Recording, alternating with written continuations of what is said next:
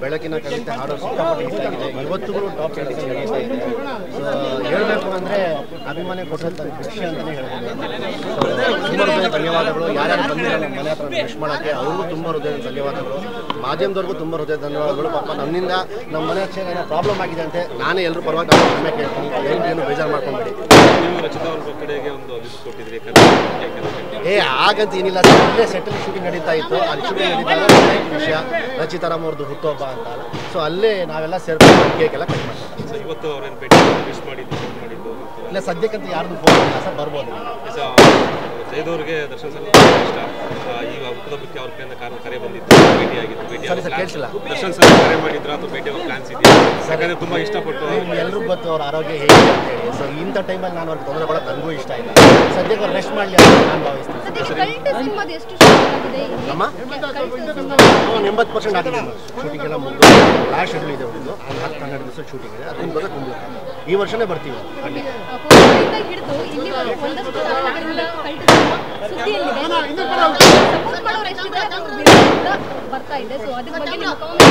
Comment ಏನಿಲ್ಲ ಮಾಡ್ಕೊಳ್ಳಿ ಬಿಡಿ, ನಮಗೇನೈತೆ ನೋ ಕಮೆಂಟ್ ಅಷ್ಟೇ.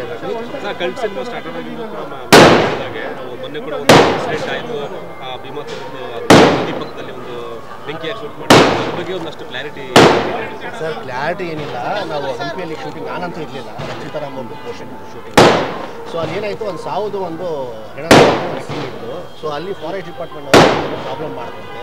ನನಗೂ ಗೊತ್ತಿರಲಿಲ್ಲ ವಿಷಯ. ನಾನು ನಮ್ಮ ಮ್ಯಾನೇಜರ್ ಅನಿಲ್ ಅವ್ರಿಗೆ ಫೋನ್ ಮಾಡಬೇಕು, ಏನು ಸರ್ ನಿಮಗೆ ಏನಿದು ವಿಚಾರ ಸೊ ಅವಾಗ ಹೇಳಿದ್ರೆ ಪ್ರಾಬ್ಲಮ್ ಆಗಿದೆ, ಫಾರೆಸ್ಟ್ ಡಿಪಾರ್ಟ್ಮೆಂಟ್ಗೆ ಸರ್ ನಾವು ಪರ್ಮಿಷನ್ ತಗೊಳ್ಳಿಲ್ಲ ಅಂತ ಪ್ರೊಡ್ಯೂಸರ್ಗೆ ಫೋನ್ ಮಾಡಿದೆ. ಏನು ಸರ್ ನೀವು ಪರ್ಮಿಷನ್ ತಗೊಳ್ಳಿಲ್ವಾ, ಶೂಟಿಂಗ್ ಮಾಡಬೇಕಾಗಿತ್ತಲ್ಲ?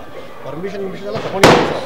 ಲೋವರ್ ಆಫೀಸರ್ಸ್ಗೆ ಏನಾಗಿತ್ತು ಆವಾಗ ಪ್ರಿಂಟ್ಔಟ್ ಆಗಲಿ PDF ಫೈಲು ಫೋನಲ್ಲಿ ಇರಲಿಲ್ಲ. ಅವರೇ ನೆನ್ಕೊಂಡ್ಬಿಟ್ಟವ್ರೆ ಪರ್ಮಿಷನ್ ತಗೊಳ್ಳಿಲ್ಲ ಅಂತ.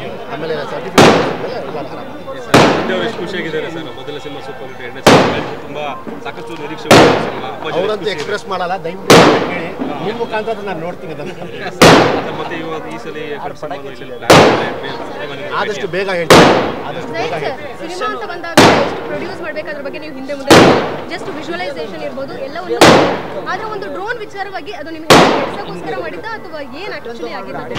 ಅಮ್ಮ ಅದು ಒಂದು ಇನ್ಸಿಡೆಂಟ್ ಆಯಿತು. ಈಗ ಏನಾಗುತ್ತೆ ಗೊತ್ತಾ, ಡ್ರೋನ್ ಆಗಿ ಅದೇನಾಗಿದೆ ಅವ್ರ ಕರ್ತವ್ಯ, ಅದು ಅವ್ರು ನೋಡ್ಕೊಳ್ಬೇಕು. ಅದು ಮಿಸ್ಟೇಕ್ ಆಗೋಯ್ತು. ನಾನು ಅವಾಗ ಅವ್ನಿಗೆ ಹೇಳಿದೆ, ನೋಡಪ್ಪ ತಲೆ ಕೆಡ್ಸ್ಕೊಂಡ್ಬೇಡ, ನಾನು ಜವಾಬ್ದಾರಿ ಆಗಲ್ಲ. ಏನಕ್ಕಂತ ಸಿನಿಮಾಗೆ ನೀನು ಹೆಂಗೆ ಪೇಮೆಂಟ್ ತೊಗೊಂಡಿದ್ಯಾ, ನಾನು ಹಾಗೇ ಪೇಮೆಂಟ್ ತೊಗೊಂಡು ಕೆಲಸ ಮಾಡ್ತಾ ಇರೋದು.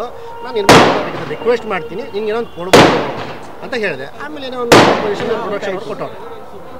Thank you. ಆಯ್ತಲ್ವಾ? ದರ್ಶನ್ ಅವರು ಡಿಸ್ಚಾರ್ಜ್ ಆದ್ಮೇಲೆ ಮನೆಗೆ ಬಂದಿದ್ದಾರೆ. ಫೋನ್ ಮಾಡೋಂಥದ್ದು ಅಥವಾ ಏನಾದ್ರು ಇಲ್ಲ, ಖಂಡಿತವಾಗ್ಲೂ ಅವ್ರು ಮಿಸ್ ಮಾಡ್ದಿರತ್ತಾ. ನಮ್ಮ ಅಣ್ಣ ಅವರು ಖಂಡಿತವಾಗ್ಲೂ ರಾತ್ರಿನ ನಂಗೆ 12 ಗಂಟೆಗೆ ಫೋನ್ ವಿಶ್ ಎಲ್ಲ ಮಾಡೋದು ಅಷ್ಟೇ.